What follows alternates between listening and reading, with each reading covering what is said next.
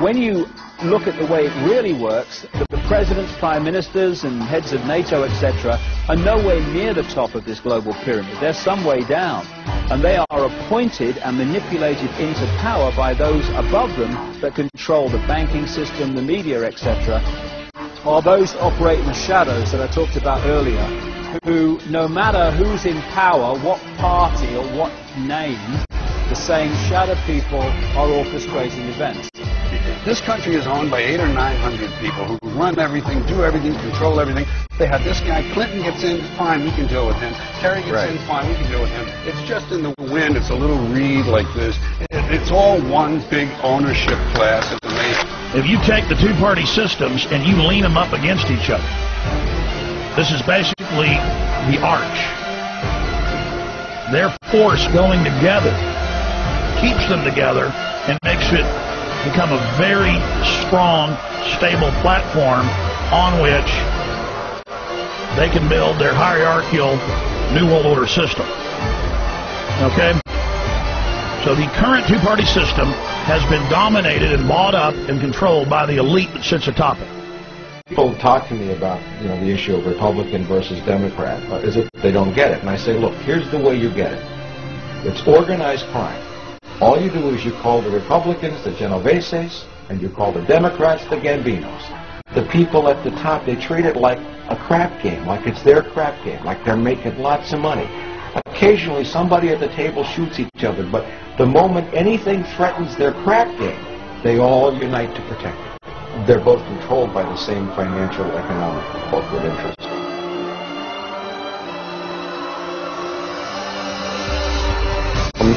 The word Illuminati comes from the Latin word illuminan or illumin, which means light. And so anyone who is enlightened or brilliant, and of course those who are the most enlightened are called brilliant. Well, it comes from Lucifer. Well, what we're really talking about here is Lucifer, the fallen angel, and they have picked up on this, the Illuminati. And the Illuminati, the illuminated ones, illuminated into knowledge that the rest of us don't get.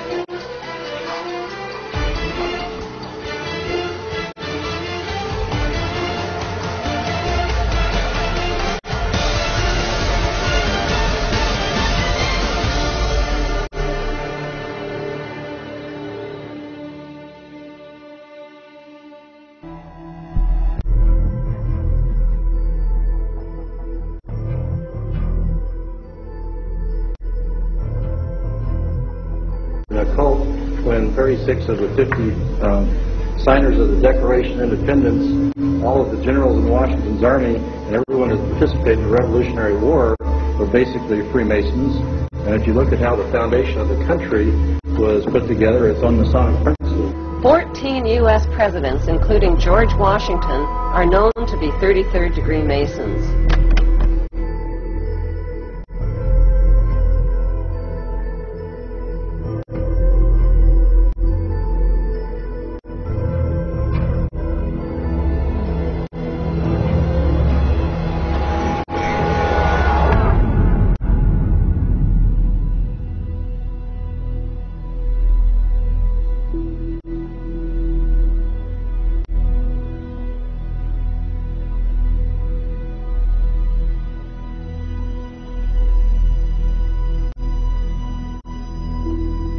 The first royal member of the Freemasons was Frederick, Prince of Wales. The latest members include Prince Philip, the Duke of Edinburgh, and consort to the current Queen of England, Elizabeth II, who herself is a grand patron to the Masons. However, behind closed doors, the Freemasons were free to indulge in the secret rites and rituals handed down to them by their ancestors, and these became the basis of their levels of membership, called degrees.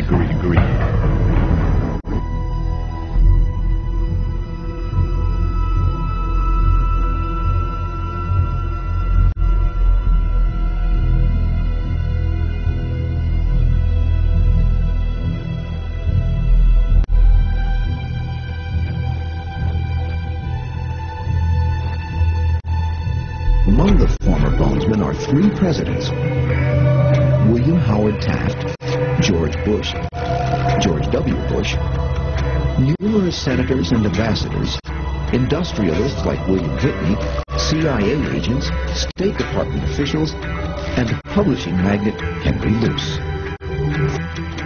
2 centuries, Skull and Bones has produced the stewards and leaders of the American ruling class, the Eastern establishment, elite core of diplomats, spies, Supreme Court justices, senators, president. You were both in Skull and Bones, the secret society. It's so secret we can't talk about it. You both were members of Skull and Bones, a secret society at Yale. What does that tell us? Not much, because it's a secret.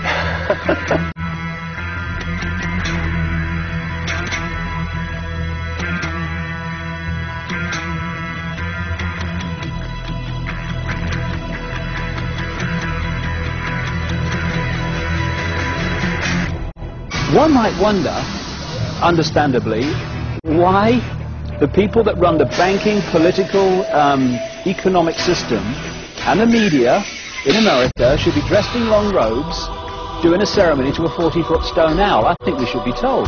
Bohemian Grove. There are many prominent foreigners like German Chancellor Helmut Schmidt, Ronald Reagan, Richard Nixon are pictured here in 1957 at the Bohemian Grove. Both men wrote about the organization in their public memoirs. Schwarzenegger is a reported visitor to the Bohemian Grove, as well as former President Jimmy Carter.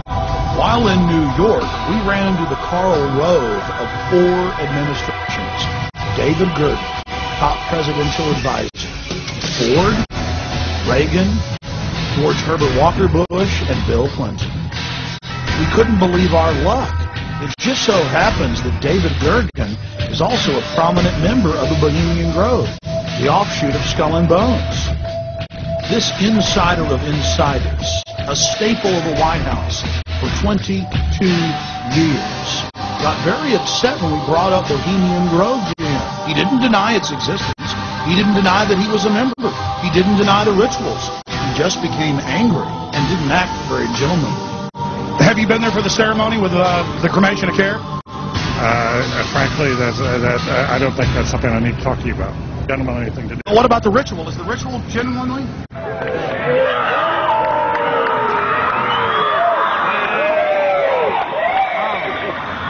Sir, everything. I don't owe you this comment. I know. This is what's called ambush journalism, and I disrespect you for that as well. So thank you and goodbye. Been in a ritual? It's none of your damn business. People are familiar with the more famous names that are connected to these secret societies, Henry Kissinger, David Rockefeller, etc., etc. But there are literally hundreds of top-level, very powerful people who are at the inner core of these secret societies.